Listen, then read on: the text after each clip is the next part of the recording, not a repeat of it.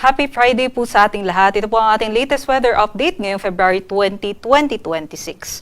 Ngayong araw, wala naman po tayong minomonitor na sama ng panahon, LPA or bagyo sa loob at labas ng ating area of responsibility. Ngunit patuloy pong uulanin ang malaking bahagi ng Mindanao, maging dito sa silangang bahagi ng Visayas, dulot ng shear line o yung salubungan ng hanging amihan at ng easterlies. Kaya ngayong araw nga and in the next 3 days, inaasahan pa rin po natin yung mga pag-ulan dulot nitong weather system na ito. Samantala, yung amihan naman po natin ay patuloy pong bumubugso at ngayon nakakaapekto naman po sa May Luzon. Kaya ngayong araw, ang forecast po natin dito sa May Luzon area, expect po natin yung maulap na panahon na merong mga mahihinang mga pag-ulan sa eastern section ng Luzon. So dito po sa may Cagayan Valley, down towards Aurora, Quezon, and also dito rin po sa may Bicol region. Aside po dyan, yung ilang bahagi din po ng Cordillera Administrative Region ay makakaranas din po ng maulap na panahon at mahihinang pag-ulan. But for the western section of Luzon, from Lawag down towards dito po sa may Mimaropa, inaasahan naman po natin yung generally fair weather conditions, kabilang na po dyan ang Metro Manila. At ang agwat ng temperatura po natin dito po sa may Lawag, 24 to 32 degrees Celsius. Medyo mababa po dito sa may Tuguegarao, 24 to 29 degrees Celsius. Maging sa may Legazpi, 25 to 29 degrees Celsius. Sa may Baguio, 14 to 24 degrees Celsius. Sa Metro Manila, umiinit na nga po ng bahagya, 22 to 31 degrees Celsius. Pati na rin po sa may Tagaytay, 21 to 28 degrees Celsius. Dumako naman po tayo dito sa may Palawan, Visayas at Mindanao.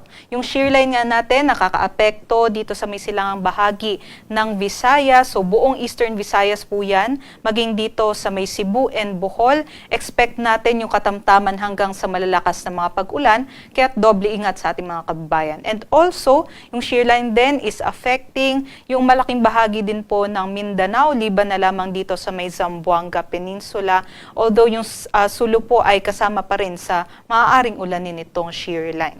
But other parts of the country po, itong Zamboanga ay posible pong makaranas pa rin ng mga localized thunderstorms. But for the rest of Visayas and also for Palawan, posible lamang po yung generally fair weather conditions na may mga mahihinang pag-ulan. Ito naman po yung ating mga agwat ng temperatura dito po sa Visayas, Palawan, and Mindanao. Inaasahan po natin mabababa po ang temperatura dito po sa silangang bahagi ng Visayas and Mindanao dahil po yan sa shear line. So for Tacloban, 24 to 29 degrees Celsius. Sa may Cagayan de Oro, 24 to 28. Davao, 24 to 27. Mainit naman po ang ating panahon dito sa may Zamboanga. So 25 to 33 degrees Celsius po sila ngayong araw. And then for Cebu, 26 to 29. For Iloilo and Puerto Princesa, 24 to 31 degrees Celsius. While for Kalayaan Islands ay 27 to 30 degrees Celsius. Dulot po ng shear line, may nakataas po tayong weather advisory kung saan inaabisuan po natin yung ating mga kababayan na mag-ingat dahil posible yung mga pagbaha at pagguho ng lupa, dulot ng mga katamtaman hanggang sa malalakas na mga pag-ulan, especially dito po sa mga areas na naka-orange. So ito pong sa may Davao Oriental and sa may Surigao del Sur, ngayong araw ay posible po yung mga malawakang pagbaha dahil sa mga epekto nitong shear line, kagaya nga po ng malalakas na mga pag-ulan.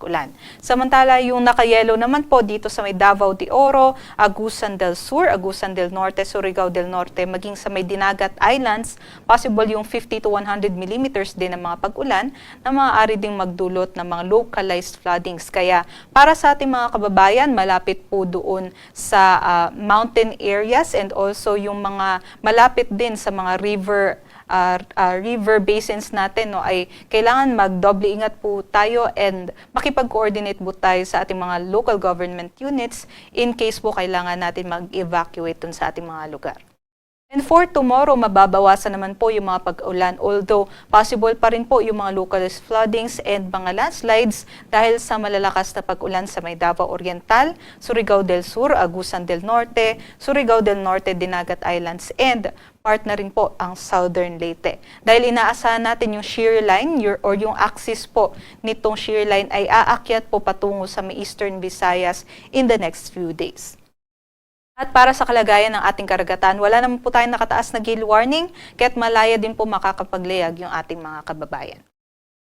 Para dito sa Metro Manila, ang araw po sisikat mamayang 6:18 a.m. at lulubog naman mamayang 6:02 p.m.